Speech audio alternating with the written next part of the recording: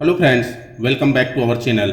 आज के इस वीडियो में हम आपके साथ बात करेंगे बेसिक टर्म ऑफ अकाउंटिंग के बारे में। अकाउंटिंग में कुछ ऐसे शब्द हैं जो इससे पहले आपने यूज नहीं किए हैं, आप उसका मतलब नहीं जानते, तो हम इन शब्दों के बारे में आपको बताने जा रहे हैं। क्योंकि जब तक आप इन शब्दों के अर्थ को नहीं समझेंगे, इनका मीनिंग नहीं जानेंगे, तब तक आपको अकाउंटिंग के पढ़ाई में काफ़ी दिक्कतें हैं। तो वीडियो आपके लिए काफ़ी यूजफुल होने वाला है, वीडियो को लास्ट तक जरूर देखें। और अगर अभी तक आपने चैनल को सब्सक्राइब नहीं किया है तो इस तरह के और यूजफुल वीडियो के लिए चैनल को सब्सक्राइब कर लीजिए। चलिए वीडियो शुरू करते हैं। लेखांकन के आधारभूत शब्द। इस टॉपिक के अंदर व्यवसाय मतलब बिजनेस, बिजनेस ट्रांजेक्शन, कैपिटल और ड्राइंग, व्यवसाय, व्यावसायिक सौदे, पूंजी और आहरण के बारे में आपको बताएंगे। साथ ही ये जो आधारभूत शब्दों की सीरीज है, इस सीरीज के अंतर्गत हम आपको सारे शब्द जो इससे पहले आपने यूज नहीं किए हैं, जिसका अर्थ आपको नहीं मालूम, उन सारे शब्दों के अर्थ आपको बताने जा रहे हैं। जिसमें हम आपको संपत्ति क्या है, दायित्व क्या है, देनदार किसे कहते हैं, लेनदार किसे कहते हैं, डूबत ऋण क्या है, बहुत सारे ऐसे वर्ड जो आपने इससे पहले कभी नहीं सुने होंगे, उन सारी शब्दों के अर्थ, उनकी मीनिंग आपको बताने जा रहे हैं। तो चैनल के साथ बने रहें। चलिए वीडियो शुरू करते हैं। व्यवसाय, बिजनेस। बिजनेस किसे कहते हैं? तो बिजनेस का अर्थ होता है लाभार्जन, अर्थात लाभ कमाने के उद्देश्य से किया गया प्रत्येक वैध कार्य व्यवसाय कहलाता है। कोई भी हम काम जो लाभ कमाने के उद्देश्य से कर रहे हैं, पैसा कमाने के उद्देश्य से कर रहे हैं, वो व्यवसाय कहलाएगा। लेकिन याद रखिएगा, कोई भी काम जो हम पैसा कमाने के लिए कर रहे हैं, उस काम का वैध होना, लीगल होना जरूरी है। अगर आप पैसा कमाने के लिए चरस, गांजा, अफीम बेच रहे हैं, कोई ऐसा काम कर रहे हैं, कोई ऐसा व्यापार कर रहे हैं जो कानून की नजर में वैध नहीं है, वैलिड नहीं है, लीगल नहीं है, तो वो आपका व्यवसाय नहीं कहलाएगा। वही कार्य जो लीगल तरीके से किया जा रहा है, जिस काम को करने के पीछे किसी प्रकार की गलत मंशा नहीं है, आपकी गलत इंटेंशन नहीं है, वही काम व्यवसाय की श्रेणी में आता है। व्यवसाय के अंतर्गत व्यापार और पेशा, ये दोनों के जो काम हैं, ये व्यवसाय में शामिल होते हैं। व्यापार मीन्स वस्तुओं का क्रय विक्रय करना। व्यापार किसे कहते हैं? व्यापार का मतलब होता है वस्तुओं का क्रय विक्रय करना, लेन देन करना, वस्तु खरीदना, बेचना, है ना, ये व्यापार कहलाता है। पेशा किसे कहते हैं? कोई भी ऐसा काम जिस काम को करने के लिए किसी विशेष योग्यता की आवश्यकता होती है, स्पेशल ट्रेनिंग की आवश्यकता होती है, स्पेशल कोर्स की आवश्यकता होती है, ऐसे काम को हम प्रोफेशन कहते हैं, पेशा कहते हैं। जैसे वकील का काम है, डॉक्टर का काम है, चार्टर्ड अकाउंटेंट का काम है। कोई भी व्यक्ति इन कामों को नहीं कर सकता, वही कर सकता है जो इनका कोर्स किया है, जो इस काम में ट्रेंड है। हम किसी भी रास्ते में चलते हुए व्यक्ति को उठा के ला के नहीं कह सकते कि चलो मेरा इलाज करो। हम एक प्रॉपर डॉक्टर के पास जाते हैं अपना इलाज कराने, क्योंकि वो प्रोफेशनल है, पेशेवर व्यक्ति है।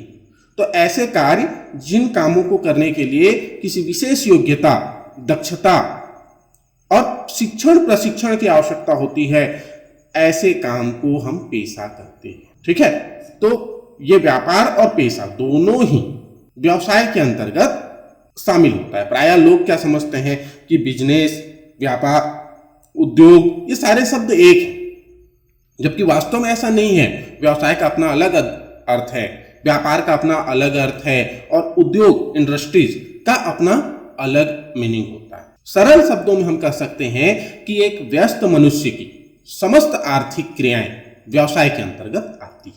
एक व्यस्त मनुष्य मतलब ऐसा व्यक्ति जो किसी कार्य में लगा हुआ है, इन्वॉल्व है।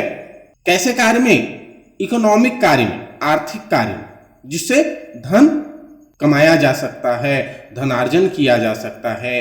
ऐसा कार्य अगर कोई व्यक्ति कर रहा है तो वह कार्य व्यवसाय कहलाता है। इसमें याद रखिएगा, इसमें वो मजदूर भी शामिल है जो धन कमाने के लिए मजदूरी कर रहा है।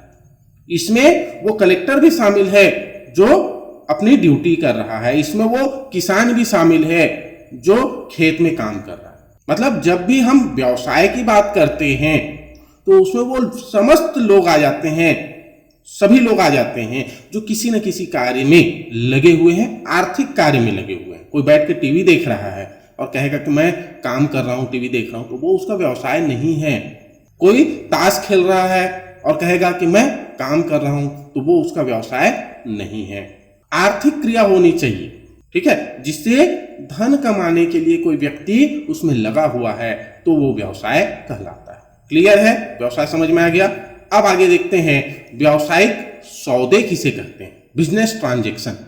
ट्रांजैक्शन का मतलब होता है वस्तुओं या सेवाओं का लेन देन। व्यापार में मुद्रा, माल या सेवाओं के पारस्परिक लेन देन को व्यावसायिक सौदे या व्यवहार कहते हैं, बिजनेस ट्रांजैक्शन कहते हैं। मुद्रा का लेन देन तो समझ में आ गया, पैसे का लेन देन। माल का लेन देन भी समझ में आ गया, कोई आदमी माल खरीद रहा है, बदले में पैसा दे रहा है, तो माल का लेन देन हुआ। सेवाओं का भी लेन देन होता है, और ये भी व्यापार की श्रेणी में ही आता है। ये कैसे होता है? तो अगर हम किसी डॉक्टर के पास जाते हैं, किसी वकील के पास जाते हैं और उनकी सर्विस लेते हैं, हम डॉक्टर के पास गए, अपनी प्रॉब्लम बताए और डॉक्टर ने एक कागज पे हमारी प्रॉब्लम के हिसाब से दवाइयां लिख दी, हमको एक पर्ची थमा दी और फीस ले लिया हमसे, तो वो फीस वो क्यों ले रहे हैं? उस कागज की पर्ची के लिए ले रहे हैं क्या? नहीं, वो कागज की पर्ची के लिए फीस नहीं ले रहे हैं, वो अपनी सर्विस के लिए फीस ले रहे हैं। जो ज्ञान, जो नॉलेज उनके पास है, उस नॉलेज को वो हमारे साथ शेयर कर रहे हैं और इसके बदले में फीस ले रहे हैं। तो ये क्या हुआ? सेवाओं का लेन देन हुआ, ठीक है। तो ये सारे लेन देन क्या कहलाते हैं? बिजनेस ट्रांजैक्शन कहलाते हैं, व्यवहार कहलाते हैं।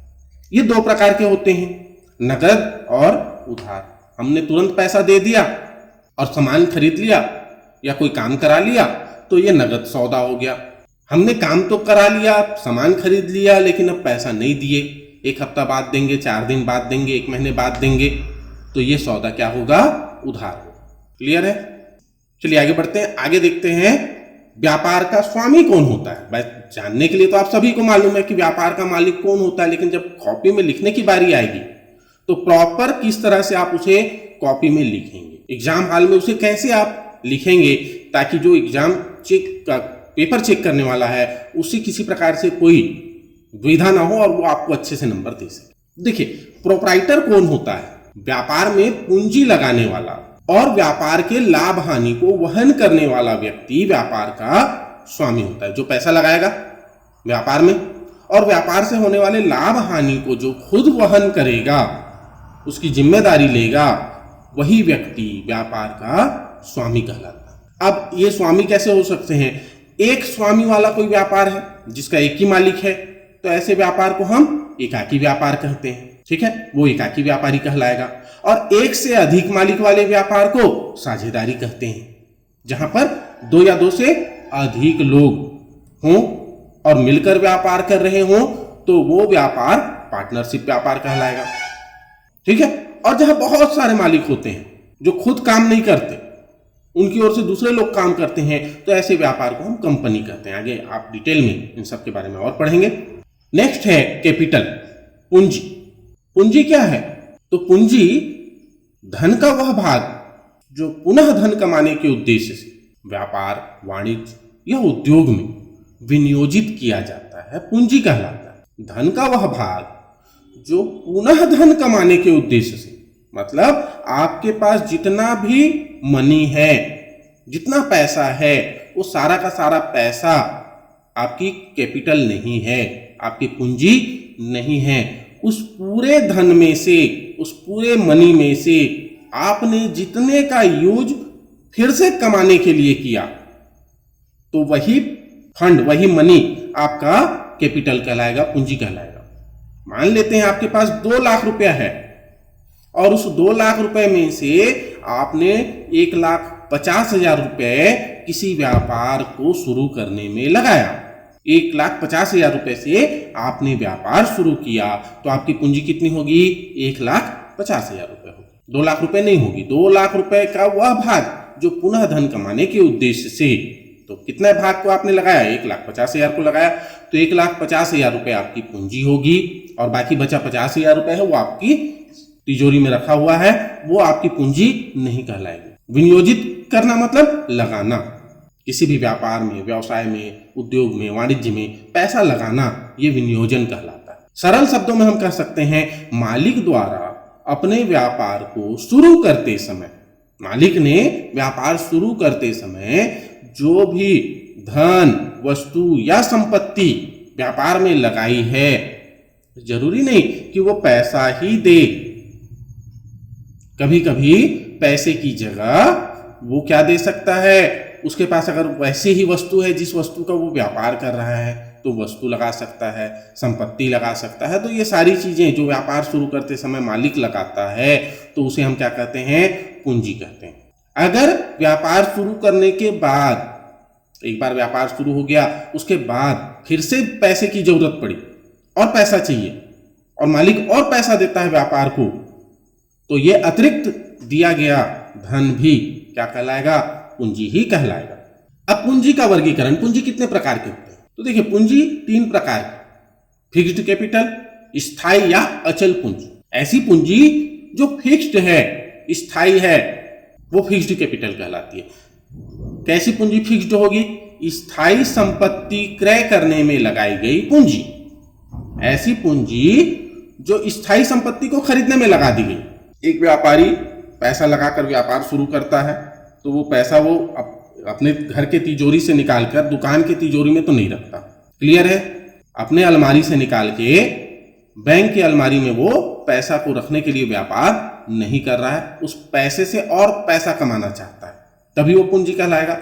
तो उस पैसे का वो यूज करता है। यूज किस तरह से कर सकता है? पहला यूज वो कर सकता है कि उस पैसे से वो कोई एसेट खरीदे, कोई संपत्ति खरीदे, जैसे भूमि खरीदा, भवन खरीदा, मशीन खरीदा। तो ये जो पैसा वो लगा रहा है ये लॉन्ग टर्म के लिए लगा रहा है, लंबे समय के लिए लगा रहा है। तो ऐसी पूंजी क्या होती है? स्थायी पूंजी होती है, फिक्स्ड कैपिटल होती है। इसको हम तुरंत नहीं ले सकते वापस, मालिक चाहे भी तो तुरंत ये पैसा उसे वापस नहीं मिलेगा क्योंकि वो स्थायी है, फिक्स्ड है।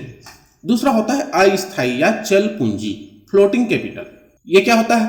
तो पुनः विक्रय के उद्देश्य से क्रय की गई संपत्तियों पर विनियोग की गई पूंजी अस्थायी या चल पूंजी कहलाती है। पुनः विक्रय के उद्देश्य, फिर से बेचने के उद्देश्य से, वो जो भूमि, भवन, मशीन खरीदा उसको बेचने के लिए नहीं खरीदा है, उसको यूज करने के लिए खरीदा है, तो वो स्थायी है।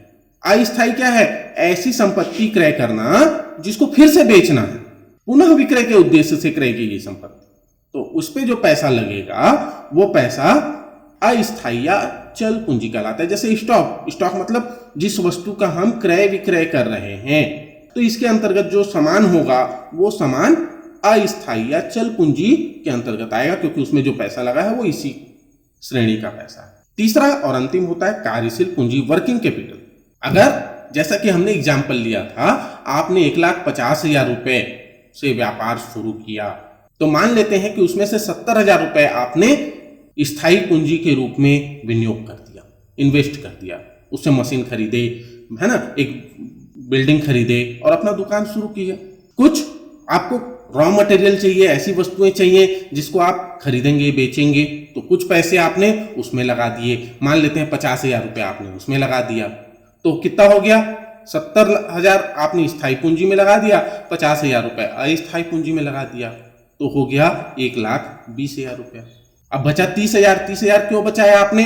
क्योंकि जब आप व्यवसाय को चलाएंगे, व्यापार करेंगे, तो आपको डेली के रूटीन में बहुत सारे खर्चे करने पड़ेंगे, ठीक है? और इन खर्चों के लिए अगर आप पैसे नहीं रखेंगे तो आप व्यापार नहीं कर पाएंगे। तो ये जो खर्चों का पैसा होता है यही कार्यशील पूंजी होती है। व्यवसाय के संचालन या दैनिक क्रियाओं के लिए रखी गई पूंजी कार्यशील पूंजी कहलाती है। इसका यूज हम कैसे करते हैं? माल के क्रय, प्रत्यक्ष एवं अप्रत्यक्ष व्ययों के भुगतान के लिए इसका यूज किया जाता है। आपको व्यापार चलाना है तो व्यापार चलाने के लिए, ठीक है, आप कार्यशील पूंजी का यूज करें।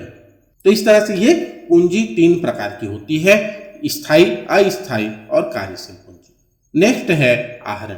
आज के इस वीडियो का लास्ट पॉइंट है आहरण ड्राइव। जब व्यापार का मालिक अपने घरेलू या निजी उपयोग के लिए व्यापार से नगद या माल निकालता है, चाहे वो पैसा निकाले या व्यापार की वस्तु का यूज करे, तो ये उसका क्या कहलाता है? आहरण कहलाता है। और आहरण से क्या होती है? पूंजी घट जाती है, कम हो जाती है। क्लियर हो गया? आहरण किसको कहते हैं? जब व्यापार का मालिक अपने घर के यूज के लिए, अपने निजी पर्सनल यूज के लिए व्यापार की किसी संपत्ति का, वस्तु का, है ना, यूज करता है, पैसा निकालता है, सामान निकालता है, उसका यूज कर रहा है, तो ये क्या कहलाएगा? ये उसका आहरण कहलाएगा। और इस आहरण के कारण पूंजी क्या होगी? कम होगी। व्यापार का जो कैपिटल है, मालिक की जो पूंजी है, वो धीरे धीरे घटते जाएगी। अगर पूरा पैसा निकाल लिया तो जीरो हो जाएगी। पूंजी पर ब्याज लगता है और आहरण पर भी ब्याज लगता है, दोनों पे ब्याज लगता है। ठीक है, दोनों पर ही ब्याज लगता है। क्या होता है ये, कैसे होता है, ये आगे हम आपको पूरी इस सीरीज में आपको ऐसे सारे शब्द का अर्थ समझाएंगे जो आपने इससे पहले कभी यूज नहीं किया। पूरी एक सीरीज हम लेके आए हैं आपके लिए, जिसमें हम ऐसे छोटे छोटे वर्ड से आपको रूबरू कराएंगे, आपको उनके बारे में बताएंगे जो 9th 10th है ना, यहां तक आपने कभी नहीं पढ़ा। जैसे रोकड़ है, बट्टा है, बहुत सारी चीजें हैं, बहुत सारी बातें हैं। तो आप अगर इन सारे शब्दों को समझना चाहते हैं, इनके अर्थ को जानना चाहते हैं, तो बने रहिए हमारे साथ। अगर अभी तक आपने चैनल को सब्सक्राइब नहीं किया है तो चैनल को सब्सक्राइब कर लीजिए, नोटिफिकेशन बेल को ऑन कर लीजिए। वीडियो कैसा लगा कमेंट करके जरूर बताइए। अगर वीडियो अच्छा लगा तो अपने दोस्तों को शेयर कीजिए। मिलते हैं अपने नेक्स्ट वीडियो में इसी तरह की एक नई जानकारी के साथ। तब तक के लिए जय हिंद, जय भारत।